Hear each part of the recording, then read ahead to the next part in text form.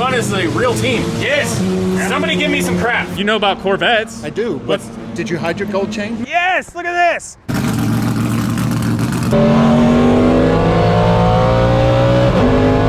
Mustangs are for driving out of a cars and coffee, getting sideways, and eating crowds of people. The CEO of Ford Motor Company is racing here right now, and he probably despises that joke. Mid-Ohio is a driver's track. It's mostly crazy corners, off camber, on camber, all over the place, up and down and everything, and some annoying straightaways where money reigns supreme. I've been being too salty about some things, and I'm trying to be a nice person on camera. Trying.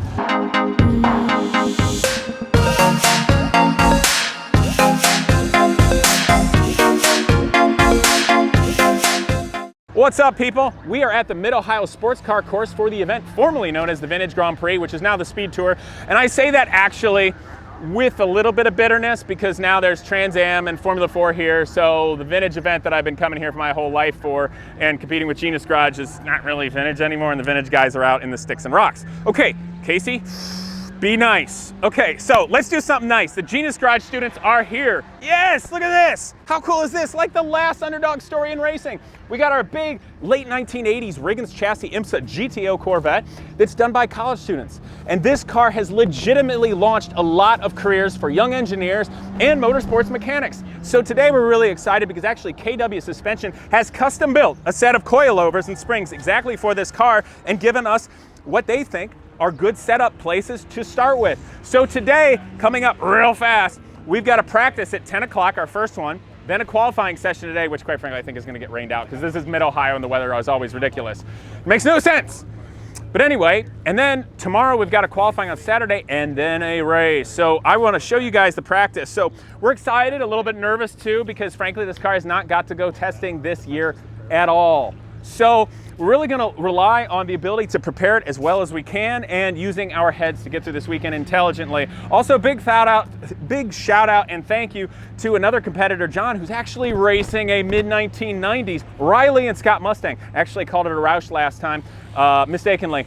And his car has zoomier, more modern tech. Yes, John, I am telling the truth. Don't be smack talk. I know you're smack talking behind the screen, but more people are listening. Ha ha. Yeah, his car's better and makes more power and sticks better. But we are tenacious young people, and we're here to have a good sporting time, which means for all the fans and spectators watching that I hope you were here and saw this, which means, assuming the weather at Mid-Ohio plays nice and all of our cars behave, this is gonna be a really fun sporting time with a lot of great competitors, hopefully on a sunny day, and all the spectators getting to watch at Mid-Ohio at one of the most beautiful tracks in America. And fortunately for us, with our old technology, Mid-Ohio is a driver's track. It's mostly crazy corners, off camber, on camber, all over the place, up and down and everything, and some annoying straightaways where money reigns supreme. But we're just tenacious enough, scrappy enough, and try to figure it out, and slightly cocky and arrogant enough to think we can make it happen. So what's gonna happen?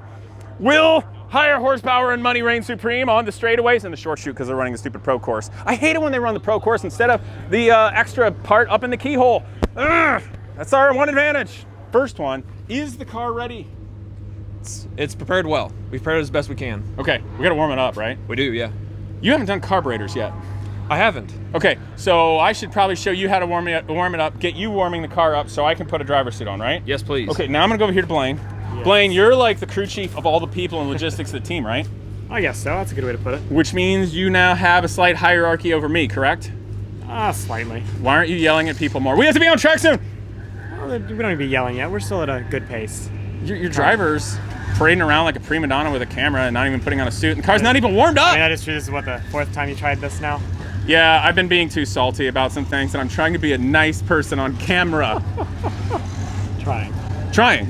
You're doing well, you're doing very well. I know too much. I've been doing this racing for too long. I know everything about everybody here, where all the money goes, who's a falling down sloppy drunk, and what social political things are screwing who. But we're not gonna talk about that. Please save me. Go get your suit on. Thank you.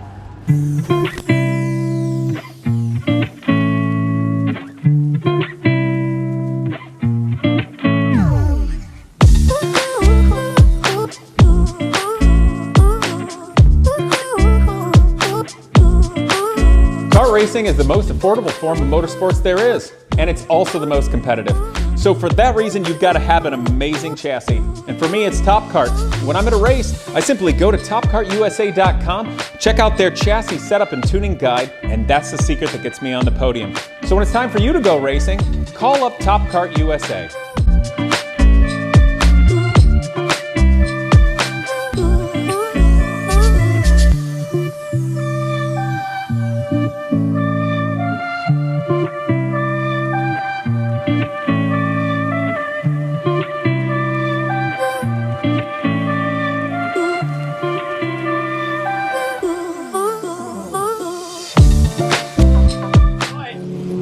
Fun as a real team. Yes. Somebody give me some crap. Well, it took you a long time to get that suit on, to be honest with you. And it took you how many times to get this video shot? A lot. I couldn't keep my composure. Yes. Your happy face, I guess, would be the right way. Yes, I'm supposed to be happy. Yep, sunny side up. The trouble with being a racing driver is you have to get into a vicious, nasty, dangerous machine that's hot and loud and terrible and be really on it and be ready to be aggressive and intelligent.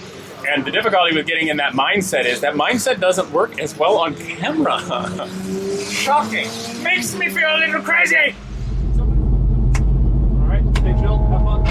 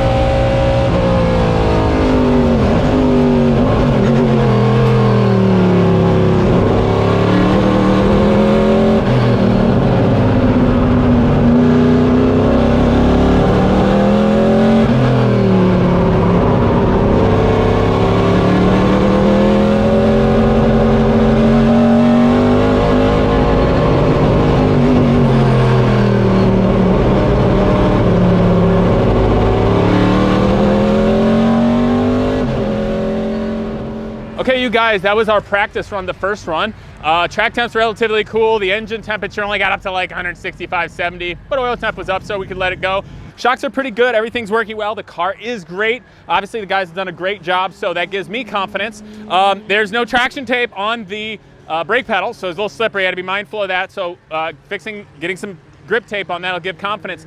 But we are oversteering under heavy braking, turn in, and the initial part of the corner. So we're gonna look at the shock dampening. We're gonna concentrate somewhat on the front, likely, and then the rear. So once I got a little more confidence in the car, you can really get the power down and have it stick and come out. But we are oversteering a corner entry and some of these slow speed off camber, right before you get mid-corner and you're on sway bars, right about there. So I think we got some dampening to do that, and obviously check it out. But basically the deal is the wheels are just the rim, and they bolt to a giant hub, which is like the wheel center, but they're kind of heavy, and they don't ventilate the brakes as well. So it kind of stinks. I heard back in the day, if you ran these, you didn't have to run as much weight, and if you ran the center locks, they made you run more weight. But this is vintage racing, so nobody runs weight. So this is a little bit of a disadvantage. So after a while, when you're really on it, your brakes aren't as brilliant. So that's something to keep in mind. That's kind of inherent to vintage cars, and that's what makes vintage racing so fun, is the difference of cars throughout history. So just as a note, so let's go talk to the guys and see what they think and what they're seeing. So Gavin, you are the head of the car and setup with the dudes. So first of all, what's going on with the car? How does it look overall in general? And you see anything you don't like? Overall, it seems good. It looked good on track from what I could tell. I wasn't looking at you real long or real hard, but it seemed like you had confidence in the car. You were pushing it, catching up to people. And by catching up to people, you mean lapping people? Oh yeah, you're lapping people. It's kind of cool. So everything I've found is that we set everything, once you got off the trailer, we set everything to a nice baseline that we can run from. When we start on tire PSI, 22 or 3? We started cold at 22. Okay, 22. Now one thing is, our tire pressure is coming up a little too high. If I'm not mistaken, Hoosier said our hot temps should be 26. I might want to call him and double check that. But our tire temps are not up to temp yet. We're only in 140s, 160. Tire temps are more up to 180, 190 is more like where tire temps should be when they're really gripping. So I think we're gonna have to start with lower tire temps. So now, we thought initially just to bring it down to 26 hot, right, and see where they cool down and fall? Yeah. Okay. So now the Hoosier guys mentioned, oftentimes people run nitrogen in your tires, and I think the biggest reason for that is there's no water vapor in the nitrogen. True. Because when it also doesn't change with temperature much. Right, because it's the air you put in your tires. Typically, the reason why they'll get more PSI, they'll get higher pressure after they heat up, is that residual water pressure expanding. Yeah. I'm pretty sure that's what it is. So we didn't do that. Hoosier's just like, just set them for when they're hot. So we'll do that. It saves some money just doing air, and we'll see. But that is perhaps in the future, that's something we want to check on if we really start getting it dialed in. That could be very interesting. Okay, so I think we ought to get the hood over, look that up. And okay, so it's oversteering on corner entry. Doesn't seem to be a brake bias thing. Seems to be more a dampening thing. And the initial part of the corner getting to the midsection when you're on sway bar. So it's oversteering quite a bit there. And I get in this like low grip scenario on the slower off camber stuff. What do you think we should do? If you are confident with brake bias that it's not locking up the rear wheels, I would say what's happening, I'm pretty sure, is the car is nosediving a little bit. Weight is transferring forward a little bit too much or too quickly on the car, so we can stiffen front compression dampening. Low speed, likely. High speed, I don't think we need to do anything. We're not doing the speed. Bumps. There's nothing real sharp. This is under smooth, heavy. Yeah, you're not braking super heavy. You don't have a ton of grip or super fast weight transfer. So I think just low speed compression. What do you think? 1 or 2 clicks stiffer on low speed front compression dampening. I think we could take a bigger swing at it and just do 2. Want to go 2? What the heck? Yeah, right. Okay. All right. So that's where we're at. I think I'm gonna go try to find John and his super new fancy Mustang. Gotta get some intel, do some recon. Don't these guys know that Mustangs just eat crowds of people? That's what they're known for? My God, we're probably better off being slightly slower than him. Because, I mean, listen, guys, you're going to Mid-Ohio. There is a Mustang on the loose. So make sure you're a good, 100 feet away from the track. Yeah, hide anything valuable. The funniest thing about this is the CEO of Ford Motor Company is racing here right now, and he probably despises that joke. So I wish it would go away. Maybe what he should do to get better PR for social media is support something awesome like Genius Garage and Ford the Future young people. And maybe we'll forget all about the hilarious internet memes of Mustangs eating crowds of people and set better standards for the future, because actually Mustangs are really good cars. Okay, I'm gonna go suck up somewhere else. See you later. What's up, John? Hey, how are you? I'm pretty well. So this is the infamous Mustang Rivalry guy, John DeGainer, in his, what is this thing? It is a 1992 Riley and Scott Mustang. Okay. Last race by Ron Fellows.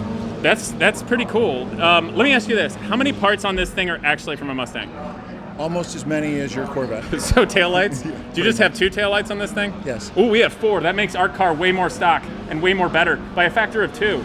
Well, with only 2, it'll make it easier when you see the taillights. Well, we need 4 brake lights, so when you're behind, you know what's going on and you don't get nervous. Anyway, so here's the fun thing. So John, awesome competitor, very supportive of the young people here in Genius Garage, and I think a general good sportsman. But we have an intergenerational gap. I'm old. And, well, I'm getting there. So this is a Mustang. It is. You don't know what Mustangs are notoriously known for. I don't. Why not? Because I'm old. You know about Corvettes. I do, but did you hide your gold chain? Look, I don't have gold chains, okay? But Or the mullet? no, but hey, listen, you can't just be all business. You got to be business in the front and party in the back. So every Zoomer and millennial knows that Mustangs are for driving out of a Cars and Coffee, getting sideways, and eating crowds of people. Yes. I have seen that, and no, I don't do that. Did you adjust your suspension so as not to eat any crowds of people? Yes, only to eat Genius Garage Corvettes. Oh, geez. But I got a crowd of... Okay, fine. So I gotta come up with a new strategy. Avoid the Mustang. So I don't know how this is going to go. All right. Well, you got any advice for this? No, it's to the Genius Garage guys and for everybody that's watching. This is I really appreciate the Genius Garage team. I think it's a great learning thing, and this is something that I've been doing with my father since I was the age of these kids. Yeah.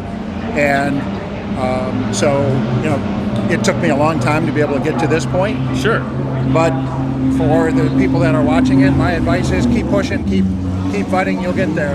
Definitely. I appreciate that advice. And for all the young people watching, John's a pretty neat guy, been very successful in business, but I think you and your dad came from normal wrenching, back in the day, car guys like everybody else. Right. In fact, if you guys want to see, let's go look at this Devon real quick to close the video. Come on back. So guys, when I first went vintage racing, it was 2 weeks after I graduated college. I had a 1957 Triumph Powered Devon that I restored working part-time as a prairie mechanic, and I drove it to Mid-Ohio with my sleeping bag and tools, parked in one of these garages, and drove it. And John and his dad have this really cool 50s Devon. Of course, they've got a small block Chevy in it, and it's way faster than mine was. But it's all about grassroots and going and building. And John, thank you so much for being a positive, supportive person of Genius Garage and also a sporting competitor. Yeah, I look forward to seeing you out there on the track in my rearview mirror. Oh, please! And you have all this fancy tech to see what's behind you. So I'm telling you, one of the products that the company that I work for makes is a camera mirror system. And what we've done is we've taken a version of the camera mirror system and put it in here to act as a rear view mirror, because what you see is with that piece of plastic in the big rear splitter, you can't see anything out of a correct rear view mirror. So here will allow me to see where that yellow Corvette is. That's very nice. So basically what he's saying is if this Mustang starts blocking people, he knows exactly what he's doing. Just let it happen, John. We're coming through. But that's a very nice product. I like it. We'll get you one. All right. Thanks, buddy. Hey, you guys subscribe. Come back for the next video. We'll be racing. I'll see you next time. Huge shout out to KW Suspension. Guys, this year you're going to see beautiful coilovers such as this going on many of my cars, including my Porsche 944, my Dodge Viper, and even some of these crazy race cars. And the reason is simple. This is one of the best shock companies in the world. It was founded in Germany in 1992 by Klaus Wohlfarth, and recently they just launched a new 1.2 million square foot robotic warehouse where they're creating unbelievably nice suspension components such as this for 15 different original equipment manufacturers. So whether you're a street enthusiast, a weekend track warrior, or you are building the Le Mans car of your dreams, guys, check out KW Suspension. Unbelievably nice shocks. So go down in the description below, patronize them. You're going to be glad you did.